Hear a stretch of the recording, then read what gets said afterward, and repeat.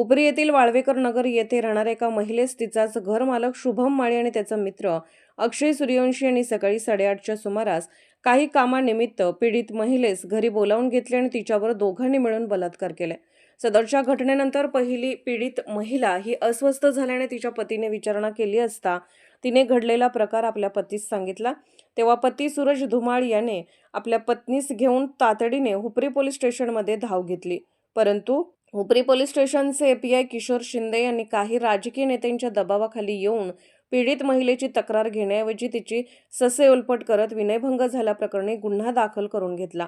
सदरचा प्रकार Republican party of India पक्षाच्या नेत्या रूपाताई वायदंडे यांना समजताच त्यांनी हुपरी पोलीस स्टेशनमध्ये धाव घेतली आणि पोलीस प्रशासनास धारेवर धरून ॲडिशनल कमिशनर धीरज कुमार यांच्याशी संवाद साधला असता संबंधित पीडित महिलेची तक्रार नव्याने घेऊन तात्काळ शुभम माळी यांच्यावर बलात्काराचा गुन्हा नोंद करून अटक करण्यात आली। परंतु एपीआय किशोर शिंदे आणि अक्षय सूर्यवंशी याच्यावर गुन्हा नोंद न करता फक्त घरमालक शुभम माळी याच्यावरच गुन्हा नोंदवून त्याला तात्काळ अटक करण्यात आली। यावेळी रिपब्लिकन पार्टी ऑफ इंडियाच्या नेत्या रूपाताई वायदंडे आणि त्यांचे शिष्टमंडळ हे संतप्त होऊन हुपरी पोलीस स्टेशनमध्ये जाब विचारण्यास पोलीस स्टेशनमध्ये गेले असता दुसरा आरोपी अक्षय सूर्यवंशी यांच्यावर गुन्हा नोंद करून अटक केली नाही तर रिपब्लिकन पार्टी ऑफ इंडिया या पक्षाच्या वतीने तीव्र आंदोलन छेडू असा इशारा देण्यात आला। अशाच ताज्या घडामोडींसाठी पाहत रहा आमचे सतर्क लाईव्ह न्यूज सोबत आमचे प्रतिनिधी श्री नागेश हजारे। आज महिलांच्या सुरक्षिततेसंदर्भात पुन्हा एकवार हा प्रश्न ऐरणीवर आलेला आहे। संपूर्ण देशात महिला सुरक्षिततेचा बोजवारा उडालेला असताना कोल्हापूर जिल्ह्यातील हुपरी गावात गोंधळी समाजातील आमच्या एका असहाय्य युवतीवर तरुणीवर 2 नराधमांनी बलात्कार केलेला आहे। दिनांक 21 रोजी बुधवारी ही घटना घडली आणि या पीडितेचं त्याचबरोबर समस्त महिला वर्गाचं दुर्दैव असं की तब्बल 24 तासापेक्षा जास्त कालावधी ही युवती तिच्या पतीसह त्याच पद्धतीनं तिच्या समाजातील काही लोकांच्यासह तिच्या नातेवाईकांच्यासह या हुपरी पोलीस स्टेशनचा दरवाजा न्यायासाठी ठोठावत होती।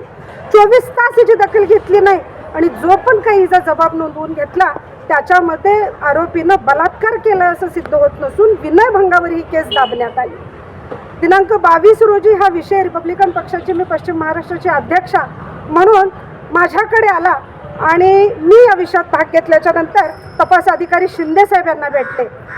आज इतकं दुर्दैव या महिलांचं की शिंदे साहेबांचं स्टेटमेंट असं होतं, शिंदे साहेब हिला बोलतं करण्याचा प्रयत्न करत होते आणि त्यावेळेस नातेवाईकांनी दिलेल्या माहितीनुसार मी शिंदे साहेबांना सांगितलं, साहेब ती थोडी गतिमंद आहे, बोलण्यात तिला त्रास होतोय पण तिच्यावर अत्याचार झालाय, आपण कायदेशीर कारवाई कायदेशीर प्रक्रिया राबवा। आणि त्यावेळेस शिंदे साहेब म्हणाले की मुलगी जर मतिमंद किंवा गतिमंद असेल तर हा गुन्हाच स्टँड होत नाही।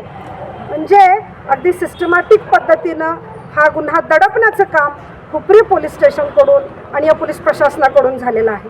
22 तारखेला आम्ही ज्यावेळेस तो उठाव केला आणि आंदोलनाची आम्ही घोषणा केली तेव्हा 22 तारखेला महिला अधिकारी बोलवून हिचा जबाब घेण्यात आला, परंतु त्याही जबाबानंतर सातत्यानं या युवतीला आणि तिच्या नातेवाईकांची ससेहोलपट या पोलीस प्रशासनाकडून झालेली आहे। या फारची कॉपी साधे यांना अनेक वेळा मागणी करून दिलेली नाही, उलट पक्षी या फार कॉपी मागितल्याच्या नंतर तुम्ही वारंवार येते येऊन आम्हाला त्रास देऊ नका, आम्ही तुम्हाला झडकवू अशी भीती तपास अधिकाऱ्यांच्याकडून घालण्यात आल्याचं आम्हाला समजतंय। या घटनेतील दोन्ही आरोपींना तात्काळ अटक करून एका आरोपीला अटक झालेली आहे पण दुसऱ्या आरोपीला संरक्षण देण्यासंदर्भात या पोलिसांची जुळवाजुळव चालू असल्याचं समजतंय। दुसऱ्या आरोपीला सुद्धा तात्काळ अटक करून त्याच्यावर कठोर कारवाई झाली पाहिजे। हा विषय विधान भवनापर्यंत त्याचे पडसाद उमटतील आणि या पीडितेला न्याय मिळाला नाही तर याच पोलीस ठाण्याच्या भिंतीवर आम्ही आमची डोकी आपटून महिलांच्या संरक्षणासंदर्भातल्या कठोर कायद्याची अंमलबजावणी व्हावी याची मागणी करणार आहोत। या विषय कुठल्याही पातळीवर कुठल्याही पुढाऱ्या करून दडपण्याचा प्रयत्न झाला तर त्याचे अतिशय गंभीर परिणाम होतील। आज महिलांच्या सुरक्षिततेविषयी एक मॉडेल तात्काळ शासन करून या यंत्रणेनं पोलीस यंत्रणेनं समोर उभा करण्याची गरज असताना हा जो काही आरोपींनाच पाठीशी घालण्याचा प्रयत्न इथं चालू आहे तो अतिशय निंदाजनक आहे। आम्ही त्याचा निषेध करतोय आणि माझी एकच विनंती या उपरी प्रशासनाला सुद्धा आहे, सरकारला आहे. साहेब, 1500 रुपयाचा लाडक्या बहिणीचा हप्ता आम्हाला नको, आमच्या माता भगिनींना नको. आमच्या माता भगिनींना संरक्षण मिळालं पाहिजे. दिवसा ढवळ्या घरात घुसून घरात ओढून जर आमच्या माता भगिनींच्या अब्रूवर हात टाकला असेल तर तुमच्या भिकेची गरज नाही, संरक्षणासंदर्भात आपण कायदा आणि त्या कायद्याची अंमलबजावणी करावी. अन्यथा या घटना कुठल्याही पातळीवर दाबण्याचा प्रयत्न झाल्याचं जनक्षोभ आहे आणि आम्ही ह्याचं जनआंदोलन केल्याशिवाय, ह्याचं जनआंदोलन झाल्याशिवाय राहणार नाही, थांबणार नाही, अशी सूचना आज मी इथं प्रेसच्या माध्यमातून